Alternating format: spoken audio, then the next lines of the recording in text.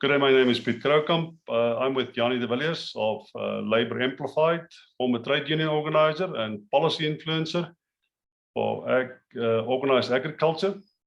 She represented organised business at the 108th International Labour Conference. Jahni was chosen as one of Mail and Guardian's Women Changing South Africa in 2019.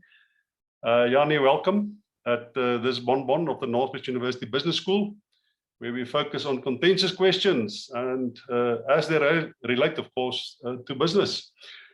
Which international labour law changes do you foresee will impact on local labour law in the future, now and in the future? Thank you so much for the opportunity, Pete. In my opinion, the most important issue right now is the pending ratification of what we call C190, which is the Convention on the Prevention and Eradication of Violence and Harassment in the World of Work by our government in South Africa.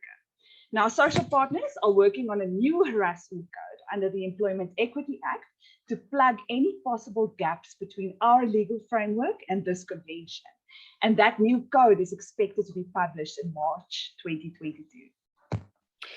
The idea of the death of the working office, how do you foresee will it impact existing labour legislation in the future? I think it's such an interesting situation that all of us are in that suddenly your workplace could be absolutely anywhere. And the main issues we've seen are around, on the one hand, digital access, but also workplace health and safety. Now, digital access is absolutely critical for people to be able to work remotely. And equitable digital access is the key to development in our country, in my opinion. Now, where workplace health and safety is concerned, it is so important that employers have policies in place governing how employees work from home. Now, nothing stifling, it's just bringing basic health and safety principles to the attention of employees to ensure that everyone works safely. But only 20% of South African labour is unionized. In fact, if you deduct government labour from that, it's an almost insignificant amount of people that are unionized. Are there universal features of how labour and employment is evolving? Do you think that will suffocate the idea of unionism over time?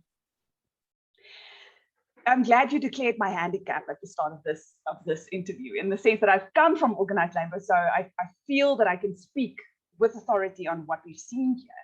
And I think it's always important to remember that the new labor regime itself would not have existed without organized labor. Now, I can't counter those low unionization numbers. What you've said is the absolute truth, but I don't think the issues are our labor laws. It lies more with the fact that unions have not progressed much, and they have, as a rule, now, obviously, there are exceptions, but as a rule, they haven't kept up with the digital age, and they haven't met the needs of younger workers.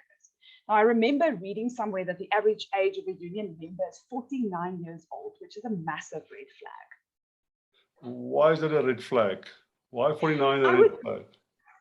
Yeah, I think not because 49 in itself is a red flag, but just simply because union members are getting older. And you have this attrition where people are in a position where they are going to retire soon.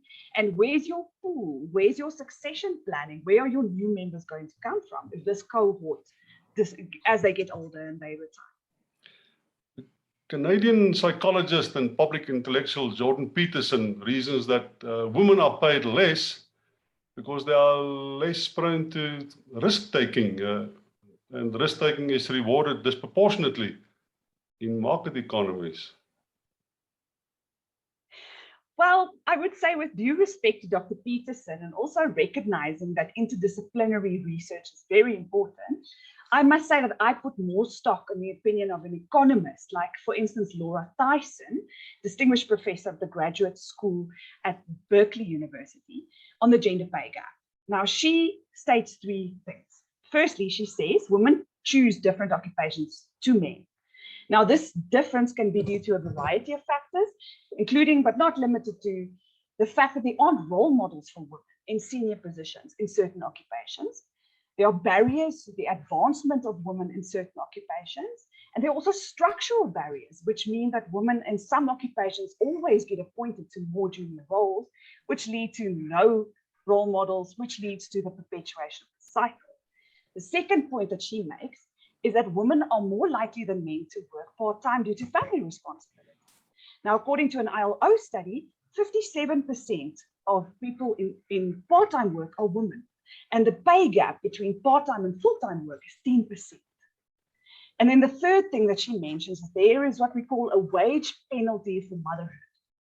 Now, all things being equal, there is a negative relationship between a woman's wage and the number of children that she has. And according to OECD data, the motherhood penalty amounts to about 7% average per child. This is a 7% wage reduction. Now, there's also some evidence of a fatherhood premium, a positive relationship between a man's wage and the number of children that he has. And if you look at those odds, I would say I'd applaud any woman who still goes to work knowing full well what she's up against. And I wonder if men who face those odds would even bother. Okay, I just want to say I'm not a fan of Jordan Peterson. Thank you very, very much for the time you spent with us. Much appreciated, and I wish you well and happy festive season. Thank you very much, Jahni. Thank you very much, Pete.